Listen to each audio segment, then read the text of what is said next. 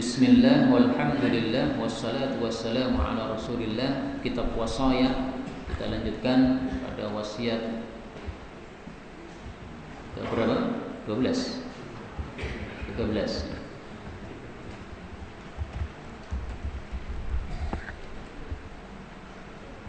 Al-wasiyatu tsalitsatu asyar, wasiat yang ke-13. Shallu duha, salatlah duha arba'an, 4 rakaat. Wastaghfirullah, dan istighfarlah kepada Allah mi'atan, 100 kali. Ini adalah satu amalan yang merupakan sunnah Nabi, dan ini termasuk sunnah yang sudah hampir punah. Banyak orang salat duha, tetapi sedikit orang yang salat duha 4 rakaat. Banyak orang yang salat duha, tetapi sedikit orang yang setelah salat duha kemudian istighfar 100 kali, sebagaimana sunnah baginda Rasulullah sallallahu alaihi wasallam.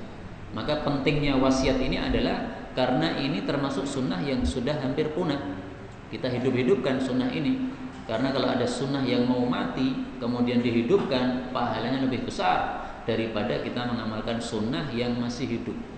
Pahalanya lebih gede apabila sunnahnya tadi sunnah yang mati. Nah, kita lihat dalilnya. Hadis nomor 40 dari Nu'aim bin Hammar, Rasul sallallahu alaihi wasallam bersabda, yaqulullahu azza wa jalla, Allah azza wa jalla berkata, ya bani Adam, wahai anak Adam, wahai manusia, la tu'jizni, janganlah engkau melemahkan aku. Maksudnya janganlah kamu lemah. Min arba'i raka'atin, dari 4 rakaat. Fi awwali naharika, di awal siangmu, maksudnya di pagi hari. Akfika, saya akan mencukupi kamu. Akhirahu, di akhir hari tersebut. Hadis diriwayatkan oleh Abu Dawud. Hadis ini menunjukkan fadilahnya salat duha 4 rakaat. Apa fadilahnya? Diberi jaminan kecukupan oleh Allah Subhanahu wa taala. Kecukupan apa? Tidak disebutkan dalam hadis ini. Karena hadis hanya mengatakan akfika, saya berikan kamu kecukupan. Kaidahnya mengatakan kalau tidak disebutkan kecukupan dalam bab apa, berarti itu maksudnya adalah umum, kecukupan dalam segala hal. Agama kita dicukupi oleh Allah, dunia kita dicukupi oleh Allah, ketenangan kita dicukupi oleh Allah, kesehatan kita dicukupi oleh Allah. Nah, siapa mau dicukupi sehatnya oleh Allah? Siapa mau dicukupi hidupnya oleh Allah Subhanahu wa taala? Dicukupi bab agamanya oleh Allah. Ini kuncinya salat duha 4 rakaat. Jadi jangan disalahpahami seperti sebagian orang katakan, siapa pengen kaya salat duha 4 rakaat, ngawur itu. Mereka dalilnya hadis ini katanya, akfika, saya cukupi berarti kaya. Enggak ada kata-kata kaya di sini. Cukup itu enggak harus kaya loh. Banyak orang kaya enggak cukup. Banyak orang kaya tapi hatinya masih merasa fakir terus. Tapi banyak orang miskin tapi dia merasa qanaah, itu cukup namanya. Nah, maka cukup itu lebih penting daripada kaya. Kaya tapi kalau enggak punya agama itu merasa kurang terus. Tapi kalau orang miskin punya agama, insya Allah dengan sikap qanaah dia sudah merasa dicukupi oleh Allah Subhanahu wa taala. Baik, maka jangan niatannya salat duha supaya kaya, jangan. Salat duha supaya dicukupi oleh Allah Subhanahu wa taala, dicukupi dalam segala hal.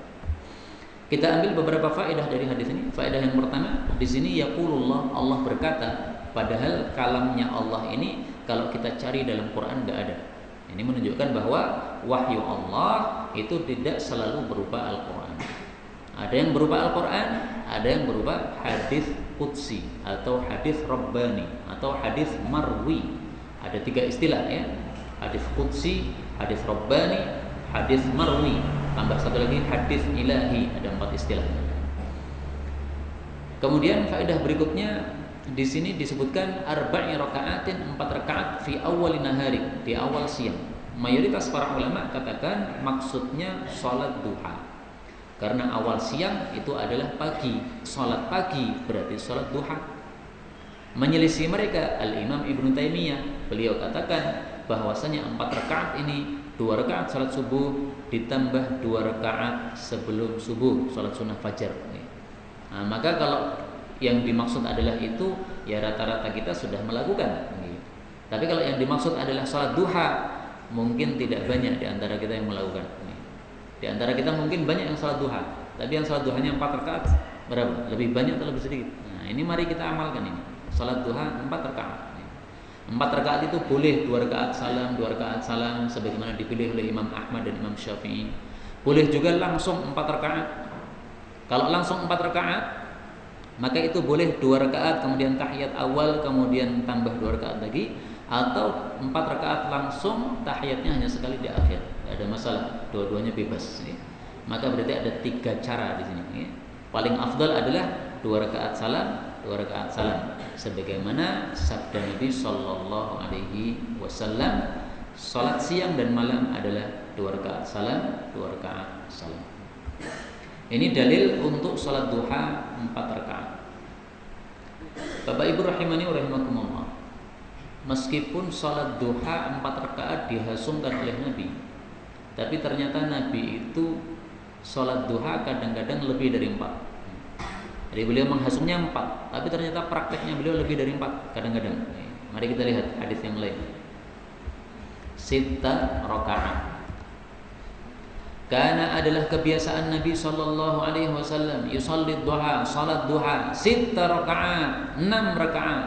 Hadis riwayat Tirmidzi, bukan dalam kitab Sunan tapi dalam kitab Syama'il Muhammadiyah, hadisnya sahih. Nah, maka maksud saya di sini adalah Nabi menghasung 4, tapi prakteknya beliau 6, karena memang beliau itu sangat kasih sayang kepada umatnya. Beliau tidak mau memberatkan umatnya, sehingga beliau tidak hasung 6, tapi prakteknya beliau 6. Karena itu kalau memang kita longgar 6, ya lebih bagus lagi. 8 rakaat lebih bagus lagi. Makin banyak, makin bagus. Jadi 4 ini bukan batasan. Nabi memang menghasung 4, betul, tapi bukan batasan. Kalau kita masih ada waktu longgar, nambah, nggak apa-apa.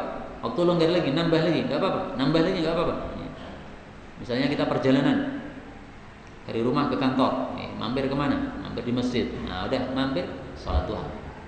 Mampir di mana lagi? Mau sarapan. Nah, mampir di situ sarapan, mungkin dekat masjid juga.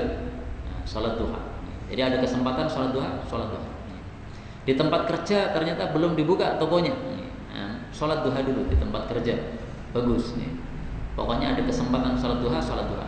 Ada sebagian ulama itu salat duha dalam setiap hari nggak bisa dihitung jumlah rakaat, saking banyaknya. Imam Al-Maqdisi, penulis kitab Umdatul Ahkam, setiap hari beliau puasa dan setiap ba'da subuh beliau ajarkan Al-Quran. Kalau pengajaran Quran, pengajian tafsir Quran sudah selesai, murid-muridnya pulang, beliau lanjutkan dengan pengajian hadis. Pengajian hadis selesai, murid-muridnya pulang, beliau tidak pulang tapi tetap di masjid, salat duha 2 rakaat salam, 2 rakaat salam. Rakaat pertama baca Al-Falaq, rakaat kedua baca An-Nas, salam. Kemudian salat duha lagi 2 rakaat, Al-Falaq, An-Nas, salam.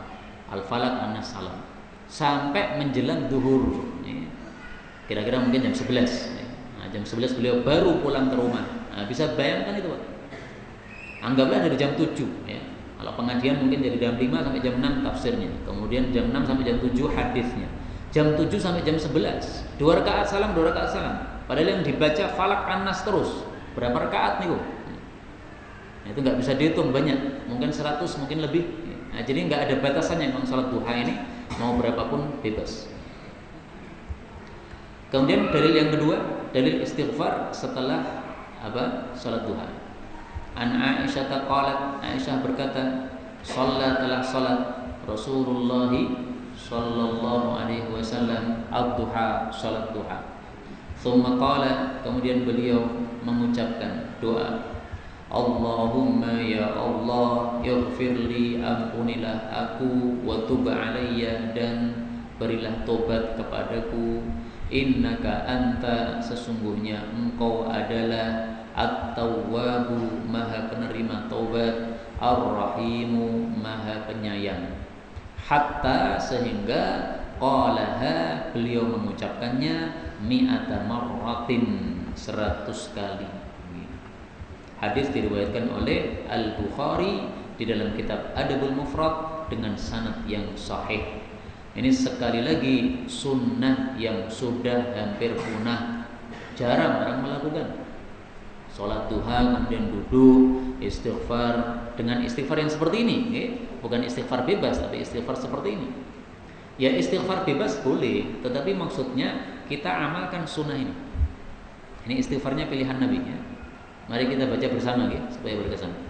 Allahumma ighfirli wa tub alayya innaka antat tawwabur rahim. Lagi.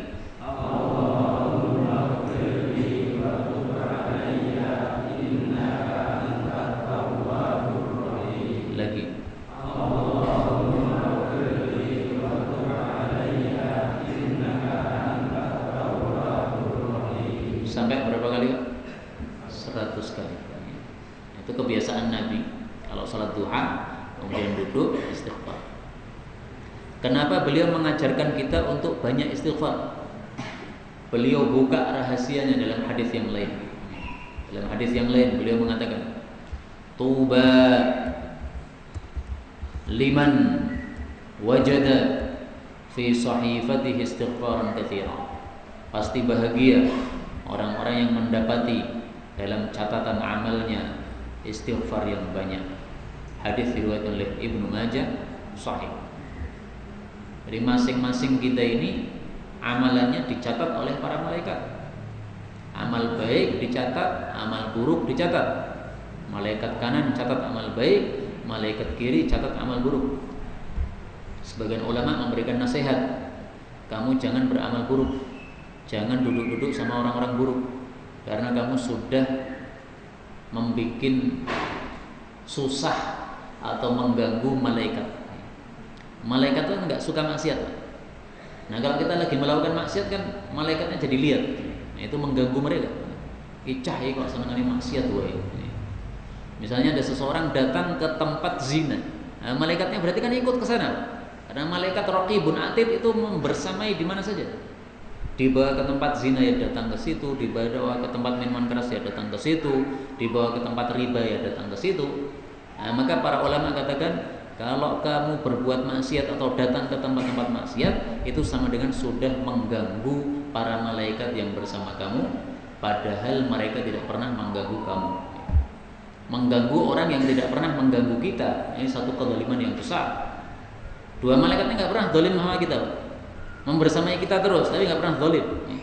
Apapun ditulis sesuai dengan fakta, tidak ada tambahan, tidak ada pengurangan, nggak pernah zalim. Nah, maka jangan sampai kita menyakiti mereka, padahal mereka tidak pernah berbuat zalim kepada kita. Nah, catatan amal kita itu, kalau kita nanti di akhirat pengen bahagia, maka kuncinya adalah istighfar yang banyak.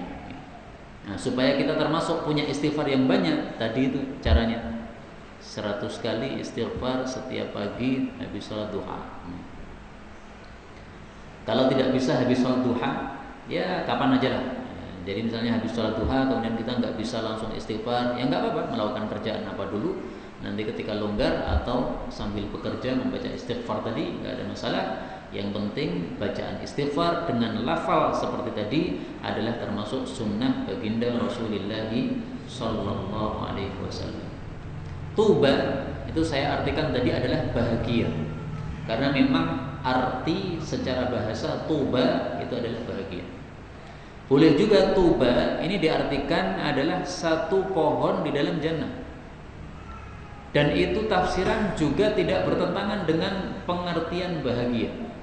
Karena siapapun yang masuk ke dalam jannah mendapatkan pohon tuba, dia pasti akan bahagia. Sama. Berarti tafsirannya meskipun berbeda tetapi intinya sama. Apa dalilnya bahwasanya tuba itu diartikan satu pohon dalam jannah? Kata kuncinya tuba syajaratun fil jannah. Rasul bersabda tuba adalah syajaratun, satu pohon fil jannah, di dalam jannah. Masiratu mi'ata am, selama perjalanan 100 tahun. Jadi kalau kita pengen mengelilingi pohon tuba ini saking besarnya pohon ini, kita butuh waktu 100 tahun. Saking besarnya pohon ini. Thiyabu ahli jannah, baju-bajunya ahli jannah, takhruju min akmamiha, keluar dari kelopaknya. Hadis riwayat Imam Ahmad, derajatnya adalah hasan. Ini juga ada hadis yang lain tetapi maudhu. Kemudian ini juga ada hadis yang lain tetapi dhaif. Kemudian ini ada hadis yang lain juga dhaif. Jadi kita temukan di sini 4 hadis tentang tuba, bahwasanya dia adalah pohon dalam jannah, tetapi yang sahih 1. Nah, caranya bagaimana supaya yang muncul hanya hadis yang sahih? Caranya gini, Pak.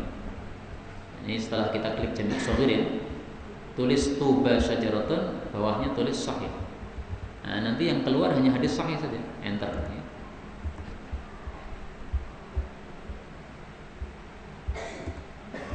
Kalau nggak mau sebentar.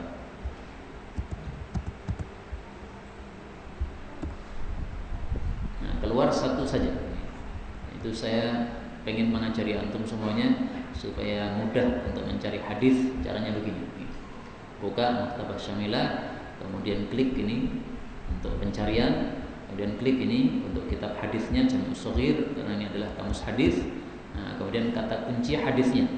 Hadis yang kita hafalkan kata kuncinya apa? Tulis. Habis itu kalau mau yang sahih tulis sahih. Kalau mau yang palsu tulis maudhu. Yang mau yang dhaif tulis dhaif. Nah, kemudian di enter, nanti akan muncul hadis-hadisnya. Tapi inilah yang dapat saya bicarakan pada sore hari ini, benarnya dari Allah Subhanahu wa taala, dan apabila ada salahnya fa astaghfirullahal azim li wa lakum.